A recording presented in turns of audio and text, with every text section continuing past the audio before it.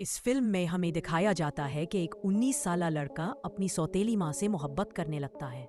इस लड़के की अपनी माँ के इंतकाल के बाद इसके वालिद एक कम उम्र लड़की से शादी कर लेते हैं। बाप और बेटा दोनों ही इस लड़की के दीवाने थे, लेकिन बाहर के लोग भी इस लड़की पर फिदा हो जाते हैं। कहानी के शुरू में हम एक आदमी फॉस्को को देखते हैं जिसने एक नौजवान लड़की आना से शादी की होती है। आना की एक छोटी बेटी भी होती है। अपने शौहर की मौत के बाद आना ने दोबारा शादी की थी और फॉस्को की बीवी भी कुछ साल पहले फौत हो गई थी। घर आने के बाद फॉस्को शादी की खुशी में सब लोगों को दावत देता है, जहां खानदान और शहर के बहुत से लोग आ जाते हैं। फॉस्को ने चूंकि कम उम्र और खूबसूरत लड़की से शादी की थी, इसलिए हर कोई आना ही की बातें कर रहा था।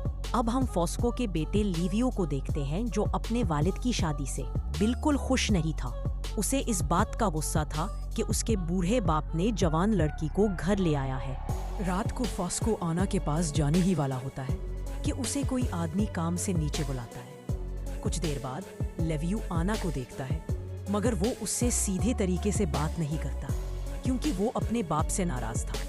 यहाँ हमें पता चलता है कि फॉस्को अपने दोस्तों के साथ पुरानी कीमती चीजें चोरी करके बेचता था। उसी दौरान पुलिस आ जाती है और वो सब वहां से भाग जाते हैं।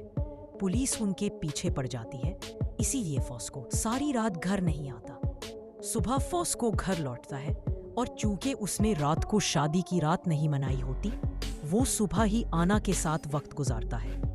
यहाँ देखकर लगता है कि फॉस्को बहुत बदअखलाक इंसान है जिसने सिर्फ अपनी ख्वाहिश के लिए शादी की है। अगले दिन लिवियो अपने दोस्तों के साथ नहाने जाता है, जहाँ सब मजे कर रहे थे। वहाँ एक लड़की मिया भी होती है जो लिवियो को बहुत पसंद करती थी, मगर लिवियो उसे पागल समझकर नजरअंदाज कर देता है। घर आने पर फॉस्को लिवियो को गाड़ी में सामान रखने को कहता है क्योंकि वो शहर से बाहर जा रहा था। सबके सामने फॉस्को लिवियो को डांट देता है और आना ये सब देख लेती है। रात को आना फॉस्को से कहती है कि तुम लिवियो को प्यार से समझा सकते थे, डांटने की जरूरत नहीं थी, मगर फॉस्को आना को भी टोक देता है।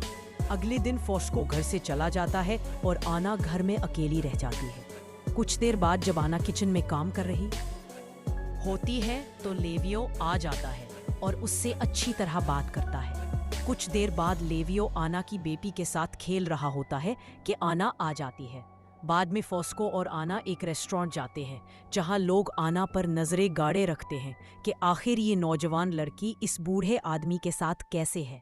एक दिन लिवियो और आना बात कर रहे होते हैं कि फॉस्को आकर उनकी बात खराब कर देता है। आना को फॉस्को की ये हरकतें अच्छी नहीं लगती थे। कुछ दिन बाद फॉस्को को चोरी और नवादरात स्मगल करने के इल्जाम में पुलिस पकड़ लेती है। आना और लिवियो उसे मिलने जाते हैं। फॉस्को कहता है कि वो 2-3 दिन में पुलिस को चकमा देकर वापस आ जाएगा, मगर आना को यकीन नहीं था। आना फॉस्को के दोस्तों से मदद मांगती है, मगर कोई मदद नहीं करता। दोबारा जेल में मिलने जाने पर फॉस्को आना को अजीब बातें कहता है कि मुझसे मिलने आती हो तो मुस्कुरा कर आया करो। फॉस्को कहता है कि मुझसे मिलने आती हो तो मुस्कुरा कर आया करो, कहना करो। आना ये सुनकर रोने लगती है, मगर फॉस्को को परवाह नहीं होती।